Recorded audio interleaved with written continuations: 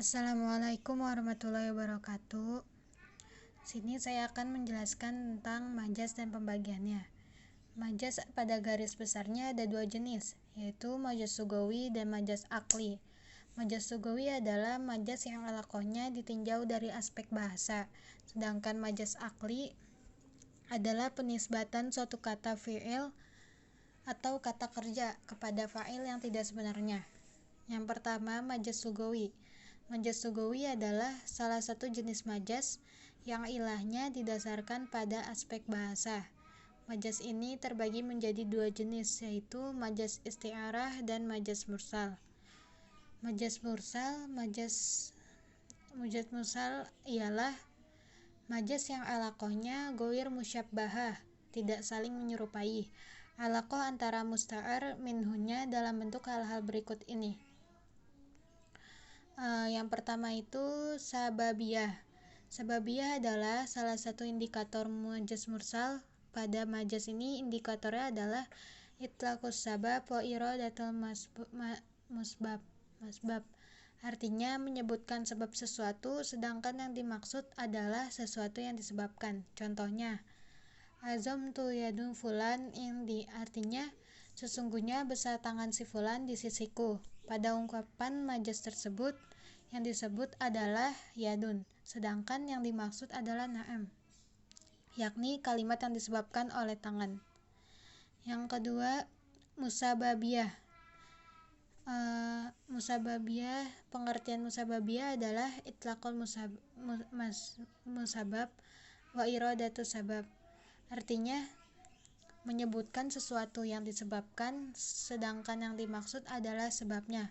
Contoh, atmartu sama inabat, artinya langit menggucurkan tanaman.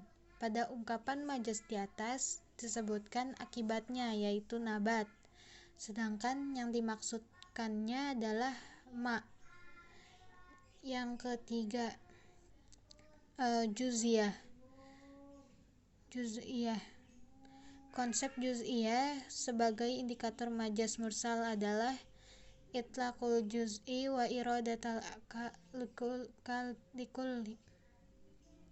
Artinya menyebutkan bagian dari sesuatu sedangkan yang dimaksudkannya adalah keseluruhannya. Contohnya, arsaltul ayun litatlu'i ahwalil adu. Artinya saya mengirim mata-mata untuk mengamati keadaan musuh. Istilah juz'iyah dalam linguistik umum disebut majas pars pro toto. Yang keempat, kulliyah sebagai indikator majas mursal dalam ilmu balaghah didefinisikan sebagai itlaqul likulli wa iradatal juz'i, menyebutkan sesuatu keseluruhannya sedangkan yang dimaksudkannya adalah sebagiannya. Majas mursal jenis ini dalam linguistik umum disebut dengan istilah majas to time proper. Yang kelima, i'tibaru makana sebagai salah satu indikator majas mursal adalah menyebutkan sesuatu yang telah terjadi sedangkan yang dimaksudkannya adalah yang akan terjadi atau yang belum terjadi. Contoh, wa'atul yatama wa amwalahum, dan berikanlah pada anak yatim harta benda mereka. Pada potongan ayat di atas terdapat kata yatam, anak yatim. Maksud yang sebenarnya adalah berikanlah harta itu kepada anak yatim ketika mereka sudah dewasa. Disebutkan kata al-yatam yaitu keadaan masa yang sudah lalu. Yang keenam, i'tibaru ma yakunu. I'tibaru ma yakunu adalah salah satu indikator majas mursal yang bentuknya berupa menyebutkan sesuatu dengan keadaan yang akan terjadi sedangkan yang dimaksudkannya adalah keadaan sebelumnya. Itlaqu ma yakunu wa iradatu makana. Contoh, wadakhalu ma'al sajan fatayani qala ahadahuma inni aroni aksar homar. kedua pemuda itu masuk ke dalam penjara. Salah seorang dari mereka berkata, "Aku melihat dalam mimpi bahwa aku memeras arak." Yang ketujuh, mahaliyah.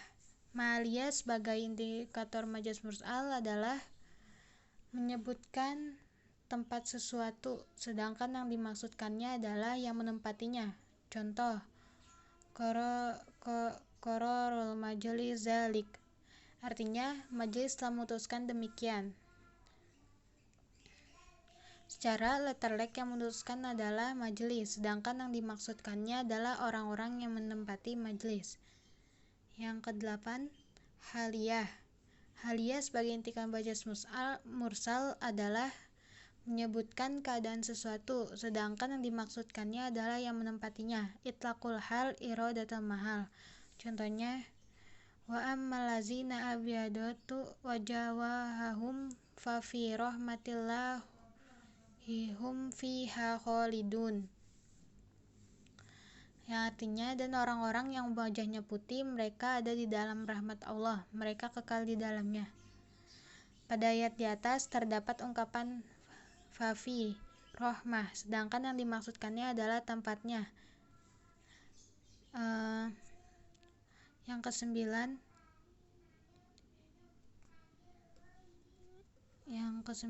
yaitu aliyah. Aliyah sebagai salah satu indikator majas mursal adalah apabila disebutkan alatnya, sedangkan yang dimaksudkannya adalah sesuatu yang dihasilkan oleh alat tersebut. Contoh, wa wahabna lahum min rahmatina wa ja'alna lahum lisani sidqa alaiyah. Artinya, dan kami anugerahkan pada mereka sebagian dari rahmat kami, dan kami jadikan mereka buah tutur yang baik dan mulia. Pada ayat di atas terdapat ungkapan lisanus sidqa. Secara leksikal, ungkapan tersebut bermakna lisan yang jujur, sedangkan maksudnya adalah bahasa yang jujur atau baik. Penggunaan alat lisan untuk maksud lughah dinamakan majas mursal. Dan itu adalah macam-macam dari majas mursal. Yang kedua sekarang, majas akli. Majas akli adalah menyandarkan fiil atau kata kerja atau yang semakna dengannya kepada yang bukan seharusnya, karena ada alaqah atau hubungan serta adanya qarinah yang mencegah dari penyandaran yang sebenarnya. Penyandaran fi'il atau yang semakna dengannya dilakukan kepada sebabnya, waktunya, tempatnya, masdarnya, mabni fa'il kepada maf'ul dan mabni maf'ul kepada fa'il. Dan berikut contoh-contoh yang mengandung majas akli. Yang pertama, penyandaran fi'il pada sebab. Contohnya, Bani Umaru binil as Madinatul Fastot. Artinya, Amr bin As membangun kota Fusat. Yang kedua, Yamshi bil makazu fi ta'ib faqad kana ya abi mashi ishqara ajarat.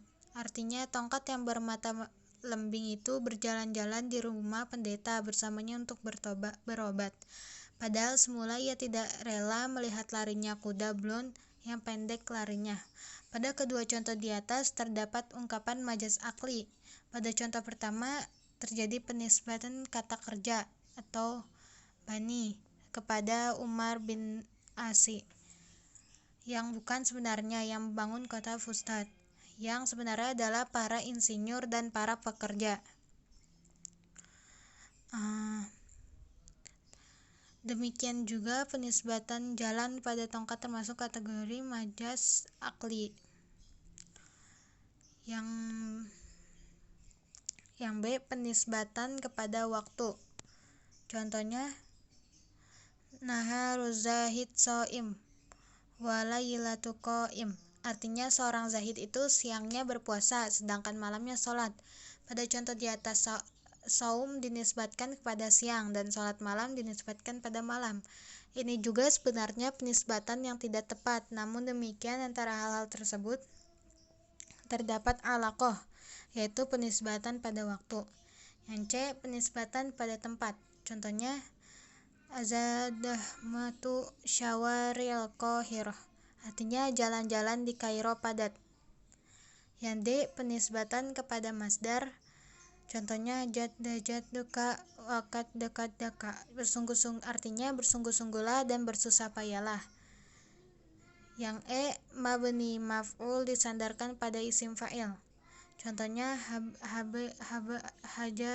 hajaba mastur, artinya suatu dinding yang tertutup. Yang F, mabni fa'il kepada ismi maf'ul. Contohnya, innahu kana wa'dahu ma'atiyah, artinya sesungguhnya janji Allah itu pasti akan ditepati. Mungkin cukup sekian yang bisa saya sampaikan dari penjelasan